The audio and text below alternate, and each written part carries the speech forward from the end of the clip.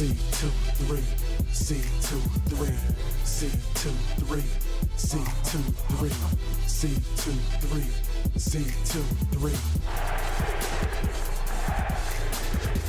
What is going down, folks? It's your boy C23, and we are back on the sticks once again with another NBA 2K14 My Career episode. Now, I know it's been a minute, and for that I apologize to all my subscribers that have been checking in with me on Twitter, checking in with me on YouTube, trying to see when my next upload is going to be and this and that. I do apologize for that, folks, but life has just been ridiculous. I won't even lie about it. It's just been out of control. But the good news is everything seems to be slowly adjusting back to normal, so I'll definitely be able to get you guys more content.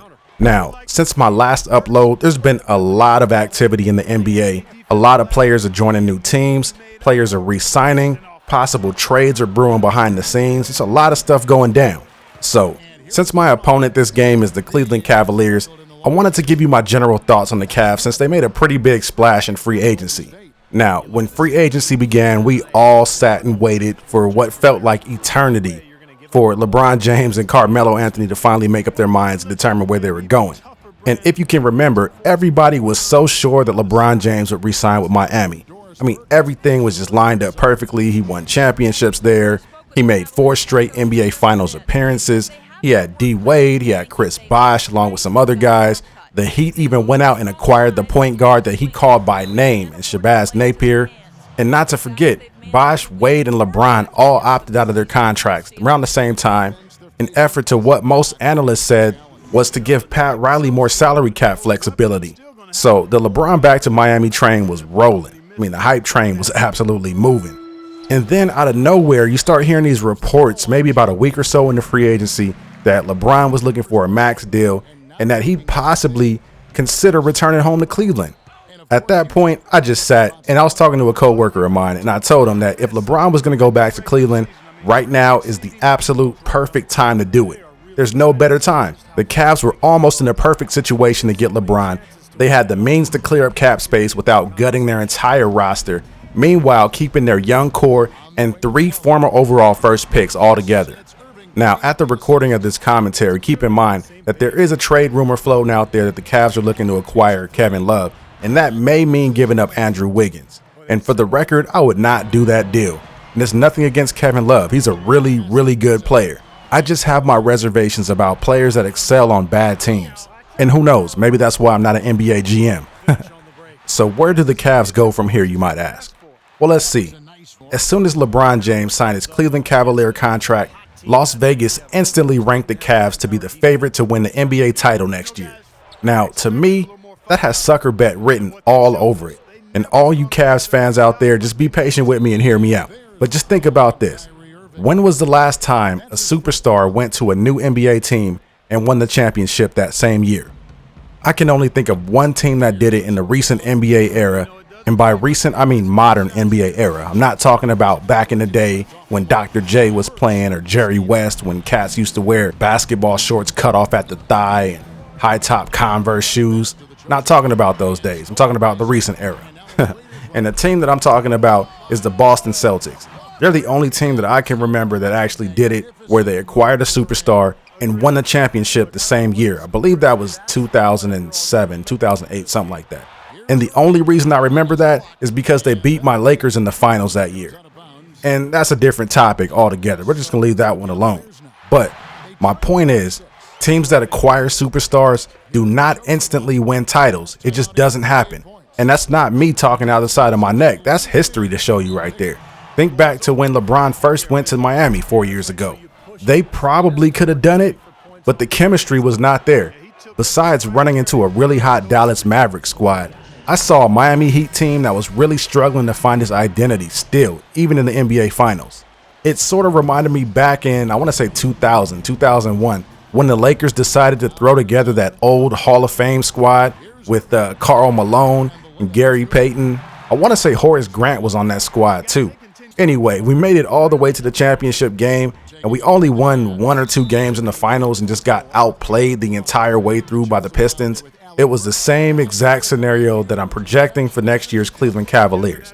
there's going to be quite a bit of a learning curve there. I really don't expect for them to just hit the ground rolling, especially with so many young guys on the squad. You throw in LeBron there, everybody's going to be sitting back watching LeBron do his thing. And not just that, LeBron has to adjust as well. LeBron's going to come up court. He's going to look for D Wade. He's going to look for Chris Bosh. He's going to look for Ray Allen. And those players are going to be nowhere to be found.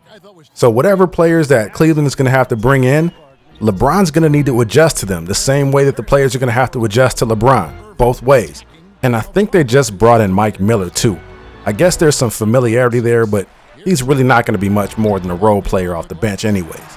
So now I need somebody to do me a favor. Without using Google or Wikipedia or any of those resources, I want you to give me the name of the Cleveland Cavaliers head coach as well as the name of the last team that he coached. I kid you not, I had no clue who David Blatt was. I had to look him up myself. Apparently, he's this really successful European head coach, who ironically enough grew up in the US. Doesn't really matter. And the reason I say that is because, did anyone know who Eric Spoelstra was before Eric Spoelstra became Eric Spoelstra? You get my point, right? But I think LeBron and the overall talent of this young roster will help to erase a lot of the coaching mistakes by, oh my gosh, Kyrie just got posterized. Man, that was nasty. But like I was saying, I think a lot of the mistakes that the coach is going to make early on will be erased by LeBron. That's kind of what he does. He makes coaches look good. Not really too worried about that. And I don't think he is either. He pretty much won Coach of the Year for Mike Brown. I mean, come on. Got to give him credit for that. So I don't see the coaching situation being a problem for this team at all.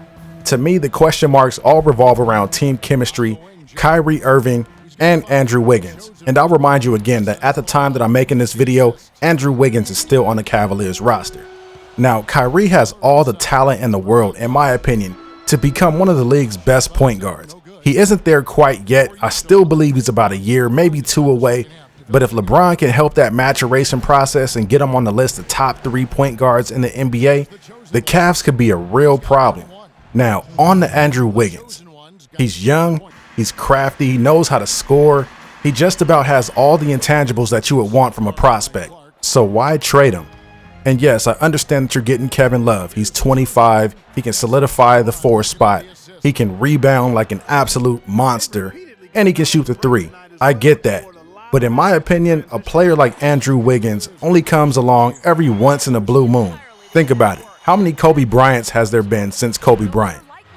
How many LeBron Jameses has there been since LeBron James? You get my point. I really do think that Andrew Wiggins could potentially be one of those transcending type players. So why not keep him around while he learns from one of the best in the NBA? I don't see why you trade him away. You already know what you're going to get out of Kevin Love. Kevin Love is only going to get marginally better over the next couple of years. Andrew Wiggins, on the other hand, you could be looking at the future of the NBA and the next Kobe or LeBron or whatever he develops into. I get it, you're taking a risk by keeping him on the squad. Just as easily as he can become the next best thing, he could bust. I get that. But wouldn't that be a risk worth taking? How do you think the Hornets feel for trading Kobe? How do you think the Blazers feel for not taking KD? Better yet, how do you think the Blazers feel for not taking MJ?